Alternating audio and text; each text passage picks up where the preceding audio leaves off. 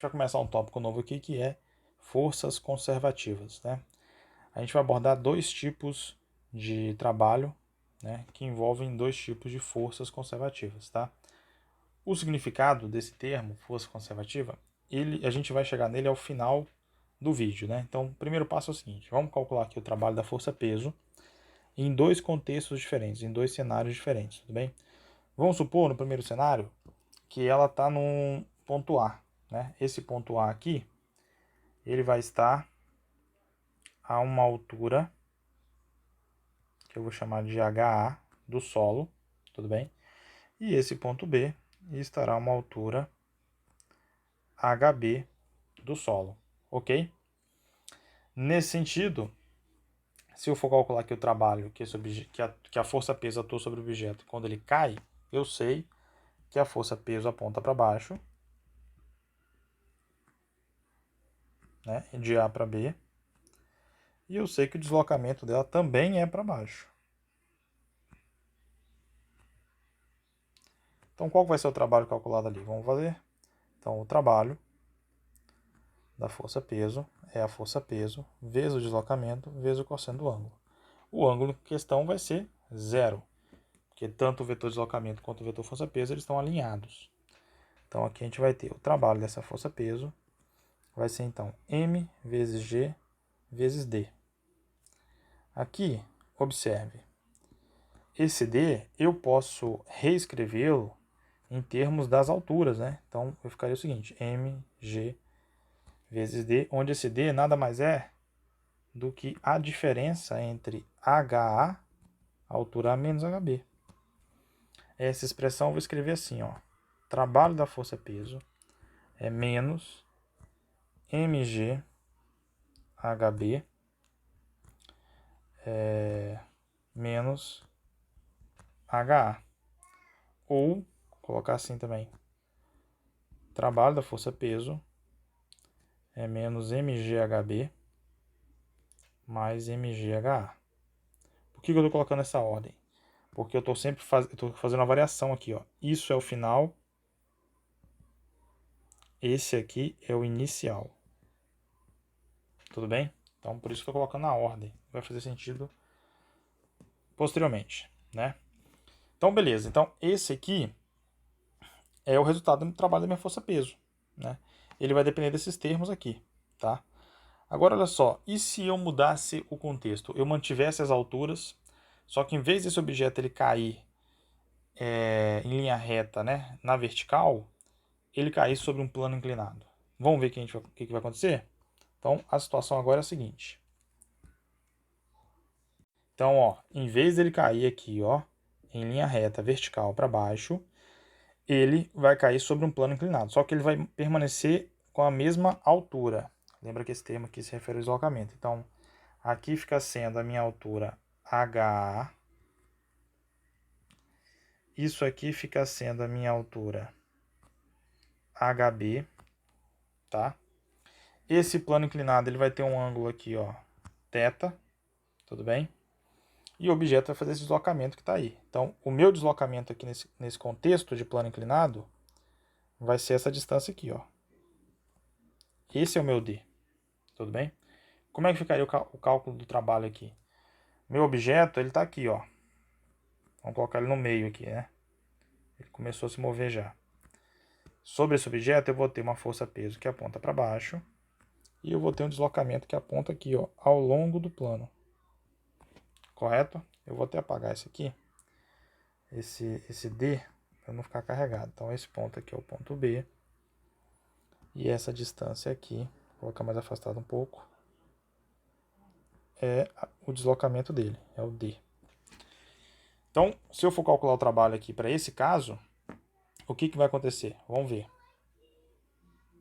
O trabalho, então, da minha força-peso é a força-peso vezes o deslocamento vezes o cosseno do ângulo. O meu ângulo agora, nesse caso, não vai ser zero. O meu ângulo vai ser um ângulo que está aqui, ó. Esse ângulo aqui.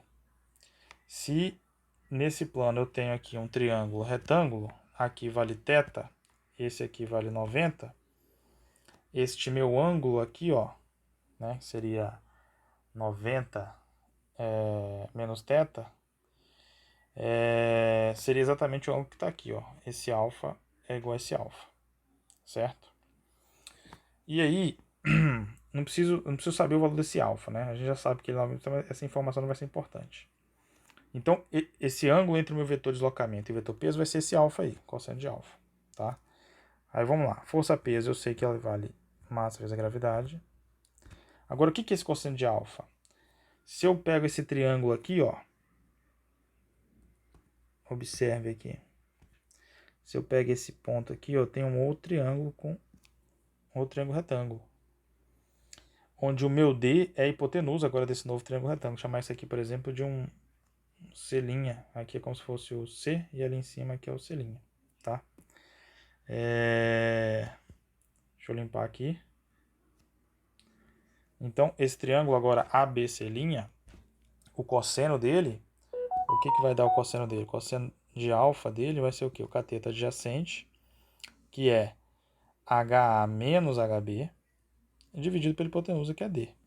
Então, vou jogar essa informação aqui. Quando eu faço isso, então HA menos HB, que divide D. Isso aqui vai me dar, então, que o trabalho da força-peso, observe, esse D simplifica com esse D. Eu vou ter, então, que vai ser mg HA menos HB, que reescrevendo para ficar parecido com aquilo que a gente achou, né? Olha só, vou até separar aqui, ó, esse lado aqui, essa conta é lá de cima, e minha conta começa a partir dessa linha amarela para baixo. Então daqui você já observa que essa resposta que a gente encontrou aqui, ó, ela é igual ao resultado que a gente encontrou lá em cima. Só que eu vou reescrever ela para ficar na versão final que a gente conhece ali. Então a versão final é essa aqui, ó. O trabalho da força-peso é menos mg-hb mais mg-ha. Então, olha só o que está acontecendo aqui. Eu estou dizendo para você que, independente do percurso que esse objeto faça, o valor do trabalho calculado pela força-peso, ele só depende da altura final e inicial desse objeto. Veja, tanto no cenário aqui de queda livre, que a gente destacou aqui, tá? Quanto no cenário de plano inclinado, se ele começa e termina na mesma altura, independente do percurso que ele faça, o resultado do trabalho é o mesmo, tá?